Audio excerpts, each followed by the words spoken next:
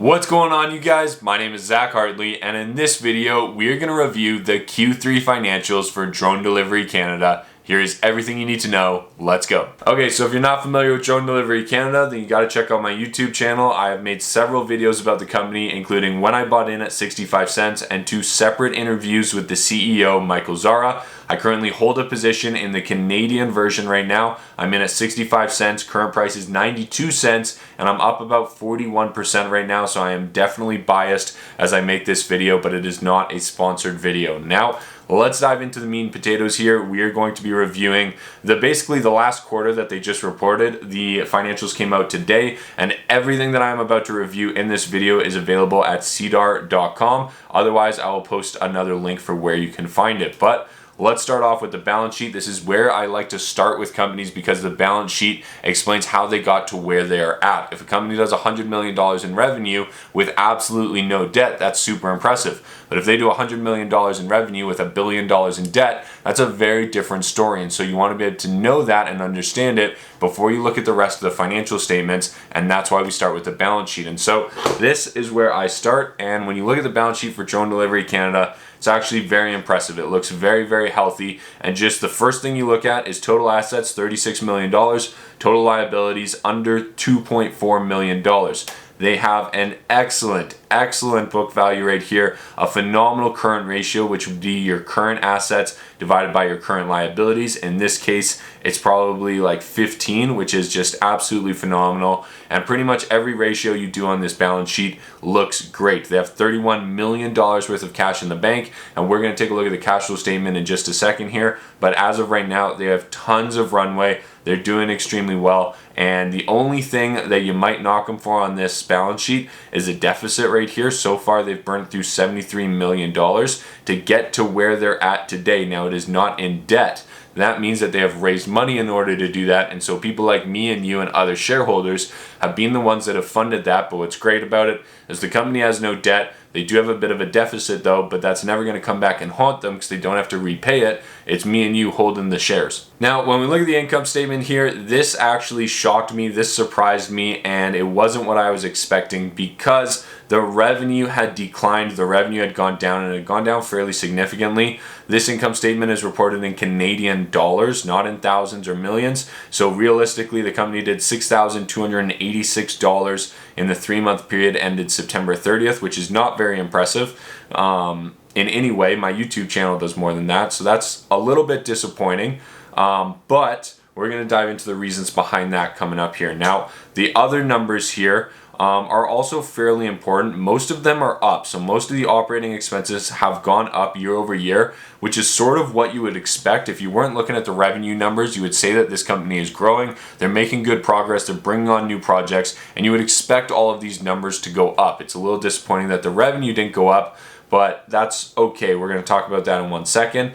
Personnel expenses increased pretty dramatically. They're spending over $1 million a quarter on personnel. So that is one thing to be mindful of. That does seem a little expensive, especially when research and development is only $325, but it kind of depends on how you classify those things. Like maybe the labor is in personnel expenses, even though research and development is probably like half engineering labor. So kind of depends on how you classify that.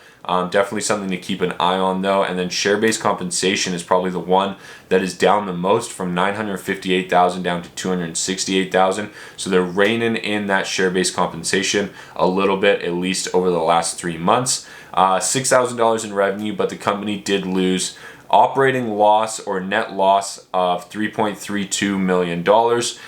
Some of this was factored into depreciation and things like that. So let's look at the cash flow statement. So here's the net loss for the period of $3.32 million. And when you take out the depreciation, the amortization, the interest expense, things like that, the net cash used in operating activities was a little over $2 million. And so realistically, the cash burn is about $2 million for operations. They did have a little bit going on in investing activities, which we're going to talk about shortly. And then financing activities, they brought in $250,000 through the exercise of options right here, which is probably just employees exercising options. At least that's what goes through my mind here. Now, as you can see at the bottom, the increase and decrease in cash, they started with about $32 million, $32.9 million at the beginning of the quarter, and they finished with just over $31 million at the end of the quarter. So right around that $2 million per quarter burn rate. Now, the revenue, let's go back to the revenue here. This was in the management discussion and analysis. So every time a company puts out their basically quarter end financials, they put out the financial statements, which is exactly what I just walked you through. And then they also have another paper associated with that called the management discussion and analysis. And it usually dives a little bit deeper into the business model, the strategy, the corporate updates. And what's nice about Drone Delivery Canada is they actually give you a revenue breakdown by quarter. And so 2019, December 31st, 0 revenue. 2020, March 31st, 2.5 thousand. 24,000, 36,000, 202,000, and at this point you're going, holy cow, if this continues, this is going to go crazy, this is going to be bonkers, and this company is going to the moon. And then the next quarter, it kind of settled out, it tapered off just a little bit, nothing to be concerned about, maybe just a little bump in the road. And then these last 2 quarters, revenue has fallen off, and I think it's because the lack of demand for the COVID and kind of the emergency deliveries and those kind of testing projects, as well as a couple of projects that have come to an end and a couple of projects that haven't started yet. So those are some of the factors that go into the decline in revenue over the last 3 months, but luckily they also directly address it in the management discussion and analysis. So I've literally just taken a screenshot of it, and here's what they say. The decrease in revenue is a result of damage to a sparrow from an impact occurrence at a customer site that resulted in operations being paused in order for the company to investigate and replace the drone on renewal, a decrease in price year over year, and the conclusion of the Global Medic contract, which began in September 2020 and concluded in March 2021, as defined in the original commercial agreement. So the decline in revenue was caused by an impact occurrence with the drone, a decrease in price year over year, which I have questions about. I'm kind of curious why the price decreased year over year,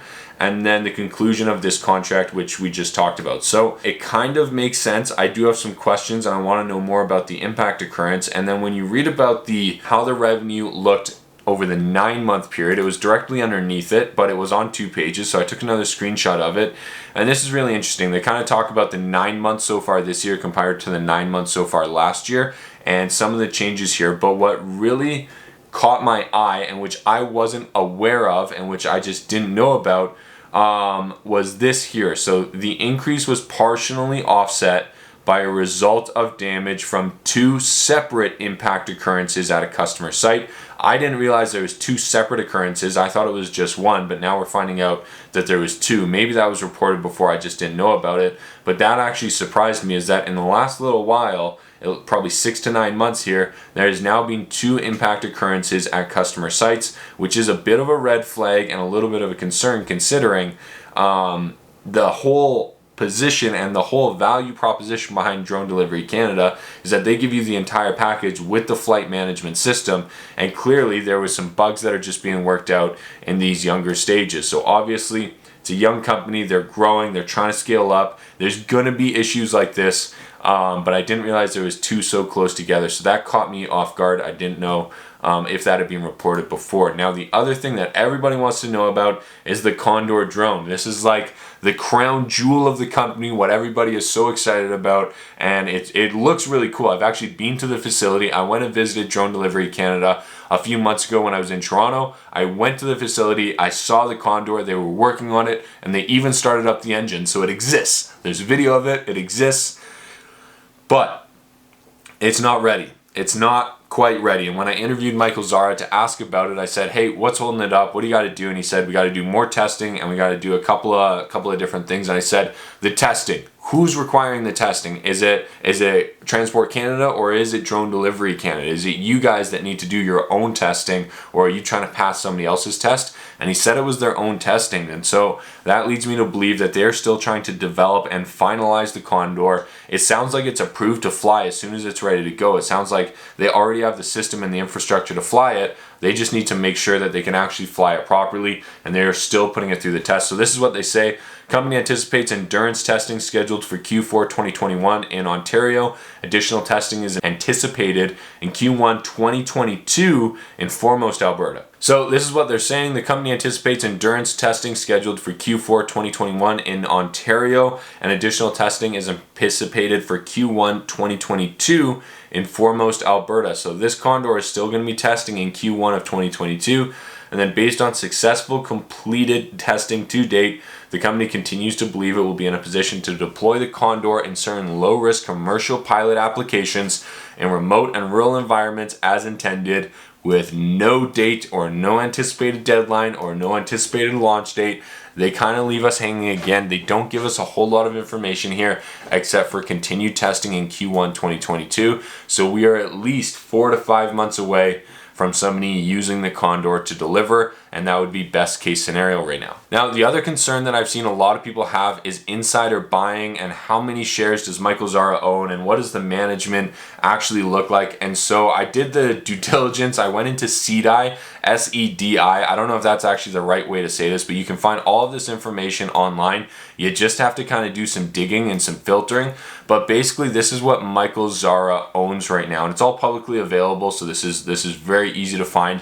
And it's really interesting. So basically in 2019, he acquired 20,000 shares in the public market, and he was also issued 1.1 million options in 2019. And then in 2021 right here, he exercised those options for 733,000 shares, and the next day, or actually the same day here, it looks like, he sold all 733,000 of those shares. So he had options, which is basically the right to buy shares at a specific price on or before a specific date. He exercised those options, he cashed out, and he sold 375 and then 357,000 shares all at the same time. And I think this is what everybody saw. This is at least what I saw, was Michael Zahra selling out of 700,000 shares and only being left with 20,000 shares. But what you needed to do was a little bit more digging and a little bit more research to see how many options he still holds. And the truth of that is that he was granted 1.1 million in 2019, another 350,000 in 2020. He exercised the 733,000 options from right here, and he is left with 716,000 options at a price of $1. And so Michael Zahra is extremely motivated to get this price back up above $1, because otherwise his 716,000 options are completely worthless, and he's only left with 20,000 shares. And so this is what he currently owns. This is what it currently looks like, at least from my due diligence and what I could find. Again, all of this is publicly available. As of right now, it looks like he owns 716,000 options at an exercise price of about $1, and he owns 20,033 shares. Now, in other news that we need to talk about, the financials and everything that we just went through was released on September 30th. That was about 45 days ago as I make this video. And since then, there's been several updates and a lot of progress from the company. So not all bad news, not all doom and gloom. There's been a lot of cool things, such as the announcement that just came out yesterday, actually. So Drone Delivery Canada announces first tests of next generation Sparrow drone. This is what it looks like, and they're already testing it out for new applications, which is very nice. It kind of extends the number of people that they can service and that they can offer their capabilities to. Now, the next announcement was Drone Delivery Canada announces opening of commercialization center. I want to say this one came out about a week and a half to 2 weeks ago, and they're opening a new commercialization center to test out these drones and bring them to commercial scale and commercial viability. So very exciting. They're ramping things up there, and they're getting ready. And then lastly, Drone Delivery Canada project with UBC is now commercially operational, and that was dated October 18th. So remember, these financials were September 30th. This is now operational on October 18th, which means this project is now going to start bringing in revenue, which means hopefully in the next set of financials we have more than $6,000 worth of revenue, which would be absolutely fantastic. But It feels like we can't go much lower at this point, but this is good. What I'm trying to say here is that this is really good. We got a big project. It's coming online. It's already online as of almost a month ago now, and it should be bringing in revenue for at least the next 12 months, which is absolutely fantastic. We just need a couple more like this to become operational and then start scaling this up. And I think there's a great opportunity here still. I like the company. I'm not going to go into the valuation and the comparables right now because it's kind of a long video already. But this was just kind of the breakdown and the summary of the financials that just came out literally this morning. And here are my final thoughts. Number one, revenue was lower than expected, and I think it also could take longer than expected. When we saw the growth from like 24 to like 50,000 to like 200,000 in a matter of months, I was hoping that was going to continue, and I think that was just unrealistic. I think it's going to be fairly choppy. It's going to be up and down, and it's going to be dependent on the projects that are operational at the time. So I do think that revenue could take a little bit longer than expected. They also had 2 impact occurrences, so if that was reported before, please tag me below and let me know where, because I clearly missed it. But that surprised me. I also realized that the Condor is taking longer than anticipated, and I can tell you, I think management realizes that as well. I think everybody's aware of that, and it sounds like they're trying very hard to get it up to speed and up to the commercialization level of the other products. But the recent announcements have been positive. The 3 announcements that I just showed you there, all positive, all moving in the right direction, and it feels like over the long term, company's moving in the right direction, but it also feels like that stock chart and that stock price are not necessarily correlated with the path of the company. They're more so correlated based on the industry and the hype around the industry, and so definitely something to be keeping aware of. Now, if you're interested in seeing my trades, definitely check out my Discord chat. That's where I post all of my analysis, all of my entries and exits. I'm trying to build a community of traders and investors to share their due diligence, share their resources, and share what they're looking at so that you don't have to sit at home alone and do all this work by yourself. You can get access to everybody else's work. You can share your work. You can share your resources. And I'm trying to build a community. It's $5 per month. You get full access to all of my trades and my analysis. And I would love to have you there. The link is down in the description to this video. Definitely check it out. I've also got a free course there that walks you through how to get started in the stock market. So this probably isn't for you, but if you're interested in learning about technical analysis or any of those features, check out the links. You get 2 weeks of free access to Skillshare, and you'll be able to find pretty much anything you want on there. You can just filter by whatever you want to see. And thank you so much for watching this video. I know this was a long one. This one took a bit of work, so if you get any value out of this video, all I'm asking is hit that like and subscribe button. I sincerely appreciate it, and we'll see you in the next one. Good luck trading. Good luck investing, and we'll talk to you soon.